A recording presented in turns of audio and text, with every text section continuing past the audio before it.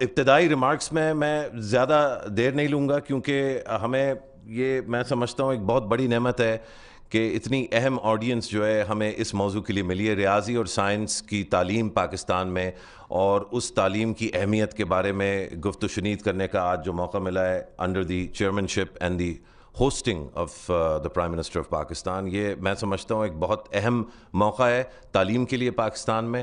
اور انشاءاللہ اگر اس کے بعد والیوم 2 کی لانچ اور والیوم 3 کی لانچ کے بعد جب روڈ میپ پیش کریں گے ہم، اس پہ مزید کارروائی ہوتی ہے، کام ہوتا ہے، جو مجھے یقین ہے کہ ہوگا، تو شاید صرف یہ پھر تعلیم کے لیے نہیں، ہمارے ملک کے لیے، پاکستان کے لیے ایک بہت اہم لمحہ جو ہے ہم اس کو سمجھ سکیں گے لوکنگ بیکورڈز. آج جو اسٹیج پہ اس تقریب میں ہم نے کوشش کی کہ پرائم منسٹر کے ساتھ یوزولی منسٹرز اور جو اہم وزراء ہیں اور اہم عہدوں پہ جو لوگ ہیں ان کو بٹھایا جاتا ہے، اور ظاہری بات ہے ان کی بہت اہمیت ہے، وہ اس ملک کی جو اسٹیئرنگ وہیل ہے وہ ان کے ہاتھ میں ہے اور ہم سب ان پر ڈپینڈ کرتے ہیں. لیکن کیونکہ ہم میتھ اور سائنس کی تعلیم کے بارے میں بات کر رہے تھے، تو ہم نے سوچا کہ دونوں بائیں اور دائیں سائڈ پہ پرائم منسٹر کے ہم چاہتے ہیں کہ سائنٹسٹ بیٹھیں. تو I am very please to welcome and to introduce doctor Sabieh Anwar, جو لمز میں پروفیسر ہیں اور جو تھیوریٹیکل سائنس پڑھاتے ہیں نوجوانوں کو، اور پرائم منسٹر کی دوسری جانب ڈاکٹر کلثوم غیاث، جو مولیکولر بایولوجسٹ ہیں آغا خان یونیورسٹی میں کراچی میں، جو اپلائیڈ سائنس کی پریکٹیشنر بھی ہیں اور پڑھاتی بھی ہیں. تو ایک سائڈ پہ تھیوری ہے سائنس کی، دوسری سائڈ پہ ایپلیکیشن ہے. اور اسٹیج کے بالکل اس سائڈ پہ میرے ساتھ شہزاد روئے، جو ایک بہت جانے پہچانے چہرہ اور آواز اور نام ہے، اور خاص طور پہ ان کی تعلیم کے لیے جو کاوشیں ہیں وہ ہم سب کو ان کے بارے میں علم ہے. پچھلے کئی برس سے یہ کراچی میں متعدد گورنمنٹ سکولز جو ہے چلا رہے ہیں، تو وہ اپنے کچھ خیالات کے بارے میں بات کریں گے. اور اسٹیج کے بالکل اس سائڈ پہ ایک نوجوان انٹرپرنور ہیں، جن کی اعلیٰ تعلیم اور تربیت کے بعد اور ایک بہت اچھی نوکری اور بہت اچھے مواقعوں کے باوجود ان کا پاکستان آنا اور یہاں پر ایک بین الاقوامی کمپنی کے آفس کو سیٹ اپ کرنا، اس کہانی کے بارے میں وہ بتائیں گے. ان چاروں کا تعلق جو ہے بہت گہرا تعلق ہے میتھ اور سائنس کی تعلیم سے، اور یہ اپنے آپ کو تعلیم کے بارے میں ایڈوکیٹ سمجھتے ہیں، لیکن ہم ان کو میتھ اور سائنس کے طور پہ ہم سمجھتے ہیں کہ یہ بہت اہم آوازیں ہیں. اور انشاءاللہ اس طرح کے نوجوان لوگوں کی جو ایڈوکیسی ہے وہی اس موضوع کو میں سمجھتا ہوں، ہم سمجھتے ہیں مشترکہ طور پہ آگے لے کے جائے گی. اس سے قطعی یہ معنی نہیں ہے کہ جو ہمارے پاس آج آڈینس میں لوگ آئے ہوئے ہیں ان کی کنٹریبیوشن یا انتھک محنت نہیں ہے، بلکہ میں سمجھتا ہوں کافی تو اس اسٹیج پہ ایسے لوگ بھی ہوں گے جو آڈینس میں بیٹھے ہوئے لوگوں سے پڑھ چکے ہیں، ان سے سیکھ چکے ہیں، اور اس کی بدولت جو ہے وہ اسٹیج پہ بیٹھے ہیں. تو اس ابتدائیے کے بعد میں دعوت دوں گا سب سے پہلے ڈاکٹر صبی انور کو، جو Lahore university of management sciences سے تعلق رکھتے ہیں، کہ وہ مختصراً اپنے کچھ خیالات کا اظہار کریں. ڈاکٹر صبی انور.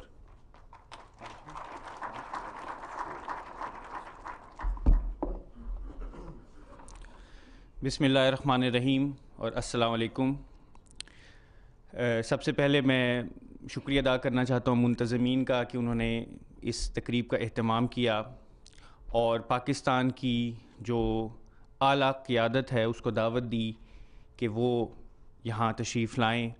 یہ اس بات کا ثبوت ہے کہ ہماری قیادت اور ہمارا ملک میتھ اور سائنس کی ترویج اور ترقی میں ایک خاص دلچسپی رکھتا ہے. قوموں کی ترقی میں سائنس کا جو کردار ہے اس سے صرف نظر تو نہیں کیا جا سکتا. آج جو رپورٹ جس کی رونمائی کی جائے گی وہ دراصل اس رپورٹ میں یہی بات پیش کی جا رہی ہے کہ قوموں میں سائنس اور میتھ کا کیا کردار ہے. لیکن پاکستان کی حیثیت سے اب ہمیں لپ سروس سے کچھ آگے بڑھنا ہوگا. ہمیں اپنے گفتار کو کردار میں بدلنا ہوگا. ہمیں یہ دیکھنا ہوگا کہ وہ قومیں، وہ ملک جو صنعتی طور پر ترقی یافتہ ہیں، جو ٹیکنالوجی میں ترقی یافتہ ہیں، وہ تعلیمی طور پر پسماندہ نہیں ہو سکتی. آپ کسی بھی ملک کی مثال اٹھا کے دیکھ لیں جو جی ڈی پی میں، معاشی طور پر، جو صنعتی طور پر ترقی کی منازل طے کرتی ہے، اس کا علمی ڈھانچہ، اس کا تعلیمی ڈھانچہ، اس کے اسکولوں کا، کالجوں کا، یونیورسٹیوں کا ڈھانچہ بھی اتنا ہی مضبوط اور توانا ہوتا ہے۔ تو اس سلسلے میں جو میری مختصر سی میری اس میدان میں جو میری وابستگی رہی ہے، ظاہر میرے اساتذہ بھی یہاں بیٹھے ہیں، جو میں نے محسوس کیا 4-5 نقطوں میں آپ کے سامنے پیش کرنا چاہوں گا۔ پہلی بات، یہ ریاست کی ذمہ داری ہے، یہ حکومت کی ذمہ داری ہے کہ وہ ہمارے اسکولوں کو اپنائے، اسی طرح اپنائے جس طرح ہم اپنے ترقی کے کاموں کو اپناتے ہیں، جس طرح ہم اورنج ٹرین کو اپناتے ہیں، جس طرح ہم اپنی سڑکوں کو، اپنے انفراسٹرکچر کو اپناتے ہیں، جس طرح ہم اپنی دفاعی صلاحیتوں کو اون کرتے ہیں، بالکل اسی طرح ہمیں اپنے اسکولوں کو بھی اون کرنا ہے۔ پرائیویٹ سیکٹر کبھی اس کی جگہ نہیں لے سکتا۔ اور جب ہم پیسے خرچ کرنے کی بات کرتے ہیں تو ہمیں سنگ و خشت سے آگے جانا ہے، ہمیں عمارتوں سے آگے جانا ہے۔ میں نے خود یہ محسوس کیا ہے کہ ہمارے جو اسکول بڑی عمارتوں میں موجود ہیں، جن کی عمارتیں اچھی ہیں، جہاں سہولیات زیادہ ہیں، وہ بھی سائنسی طور پر اور علمی طور پر اسی زبوں حالی کا شکار ہیں۔ ہمارے پرائیویٹ تعلیمی ادارے بھی سائنسی طور پر اسی ابتری کا شکار ہیں۔ شاید ایسا ہو کہ جو اسکول توانا ہو، جو اسکول بڑا ہو، جو خوبصورت ہو، وہاں سیاسی انوالومنٹ بہت زیادہ ہو جاتی ہے، اس لیے شاید وہ اسکول اپنے اصل مقصد سے دور ہٹ جاتے ہیں۔ دوسری بات، ہمیں بات کرنی ہوگی آلات کی اور مادی وسائل کی فراہمی کی۔ سائنس روپیہ اور دولت جنریٹ کرتی ہے، اس میں روپیہ اور دولت ڈالنی بھی پڑے گی، لیکن سائنس میں جو آلات استعمال ہوتے ہیں، خاص طور پر اسکولوں کی تعلیم میں، وہ ہمارے ملک میں بننے چاہیے۔ یہ امپورٹ کرنے یا درآمد کرنے کی ان کی قطعاً ضرورت نہیں ہے۔ اور ایک اور بات، آپ یہ دیکھیں ہمارے اسکولوں میں ان کی سائنسی ترقی کو جانچنے کا کیا معیار ہے؟ وہ صرف اور صرف ایک معیار ہے، وہ یہ ہے کہ ہماری لیبارٹریاں جو ہمارے اسکولوں میں موجود ہیں، کیا وہ شاداب ہیں؟ کیا وہ ایکٹیو ہیں؟ کیا وہ تر و تازہ ہیں؟ ہرگز نہیں۔ آپ کسی اسکول میں چلے جائیں، کسی بھی صوبے کے اسکول میں چلے جائیں، آپ کیمسٹری کی لیبارٹری میں جائیں، وہاں ماچس کی ڈھونڈیاں پڑ جائے گی۔ اگر آپ نے کوئی چولہا جلانا ہے، وہ ماچس موجود نہیں۔ لیکن کیا آلات آپ پھینک دیں ان لیبارٹریوں میں، وسائل فراہم کر دیں، تو کیا صورتحال بدل سکے گی؟ نہیں۔ تجربہ گاہیں تعمیر نہیں ہوتی، مشاہدہ گاہیں تعمیر نہیں ہوتی، تخلیق ہوتی ہیں، اور یہ تعمیر ایک دن کا عمل نہیں ہے، یہ ایک مستقل اور مسلسل عمل ہے۔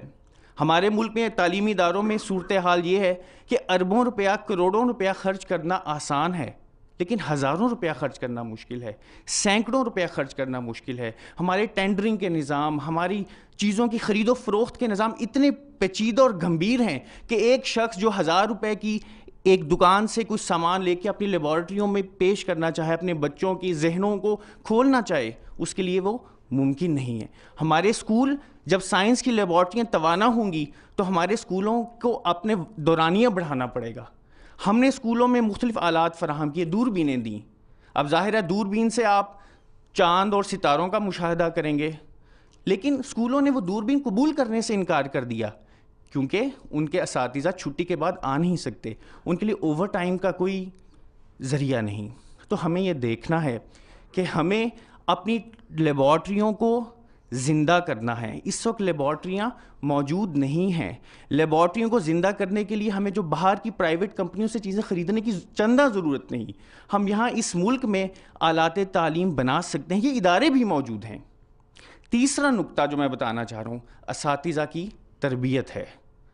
اساتذہ کی تربیت کے جو ادارے ہیں انہیں ہمیں دوبارہ زندہ کرنا ہوگا۔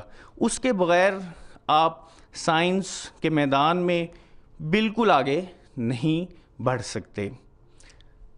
چوتھی چیز، آلات اور خیالات کو آپس میں جوڑنا ہے۔ سائنس یہ نہ دیکھیں کہ آلات کی فراہمی سے یا وسائل کی فراہمی سے وہ پنپے گی، اس کے پیچھے ایک خیال کار فرما ہوتا ہے، وہ اس خیال کی کمی ہے۔ آج اگر کسی ہیڈ ماسٹر کو 1 لاکھ روپیہ دے دیا جائے کہ سائنس کی لیبارٹری کو ایکوپ کرو، تو اسے سمجھ نہیں آئے گی کہ وہ کیا کرے۔ وہ کسی مارکیٹ میں جائے گا اور دکاندار یہ فیصلہ کرے گا کہ اسے کیا سامان خریدنا ہے۔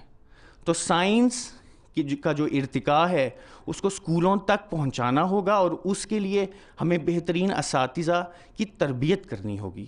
اور آخری نقطہ جو میں آپ کے سامنے پیش کرنا چاہتا ہوں وہ یہ ہے کہ سائنس کی تعلیم میں جو غیر رسمی ذرائع کا استعمال ہے، جس میں عجائب گھر ہیں، میں نے کچھ دن پہلے اپنی طالب علمی کے زمانے میں کئی دفعہ، مگر کچھ دن پہلے دوبارہ قومی سائنس میوزیم جو UET لاہور کے پاس ہے اس کا دورہ کیا، اور میری حیرت دنگ رہ گئی۔ اتنا خوبصورت عجائب گھر، پوری کوئلے کی کانیں اندر موجود ہیں، پوری فصلوں کے ماڈل وہاں موجود ہیں، لیکن اس کی انتظامیہ اس بات کا رونا رو رہی ہے کہ ہمیں کوئی حکومتی ادارہ ہمیں اپنے تصرف میں نہیں لیتا، اسکولوں کا ڈپارٹمنٹ اسے نہیں لیتا، نیشنل پاکستان سائنس فاؤنڈیشن اسے نہیں اپناتا۔ تو ہمیں ان غیر رسمی ذرائع کو آگے بڑھانا ہوگا، ہمیں سائنس میلوں کا اہتمام کرنا ہوگا، ہمیں اسکولوں میں جا کر ہمارے بہترین اساتذہ کو، سائنسدانوں کو سائنس کے ماڈلوں کے ذریعے، تجربوں کے ذریعے، مشاہدات کے ذریعے اپنے نوجوان نسل کو ان کے ذہنوں کی آبیاری کرنی ہوگی۔ اور آخر میں مجھے کبھی اقبال کا ایک شعر، میں آج اس کے بارے میں سوچ رہا تھا، یاد آتا ہے، اور سائنس کی لیبارٹریوں کے متعلق اور یہی بات ہے، میں اسی شعر پہ ختم کروں گا۔ وہ یہ اقبال نے کہا تھا نا، مسجد تو بنا دی شب بھر میں ایمان کی حرارت والوں نے، من اپنا پرانا پاپی ہے برسوں میں نمازی بن نہ سکا۔ تو یاد رکھیں کہ جو نئے پروجیکٹس ہماری حکومت لے کے آتی ہے، جس میں سائنس کی مد میں پیسہ ڈالا جاتا ہے، وسائل صرف کیے جاتے ہیں، وہ کام آسان ہے، لیکن اسے مستقل بنیادوں پہ کم خرچ کے ذریعے اس کو ریکرنگ بجٹس کے اندر اس کو توانا رکھنا، روز کے حساب سے اس کو زندہ جاوید اور تابندہ رکھنا، دراصل اس امر کی انتہائی ضرورت ہے۔ بہت شکریہ۔ بہت شکریہ ڈاکٹر صبی انور۔ اب میں بغیر ٹائم ضائع کیے ڈاکٹر کلثوم غیاث کو دعوت دوں گا۔ ڈاکٹر کلثوم غیاث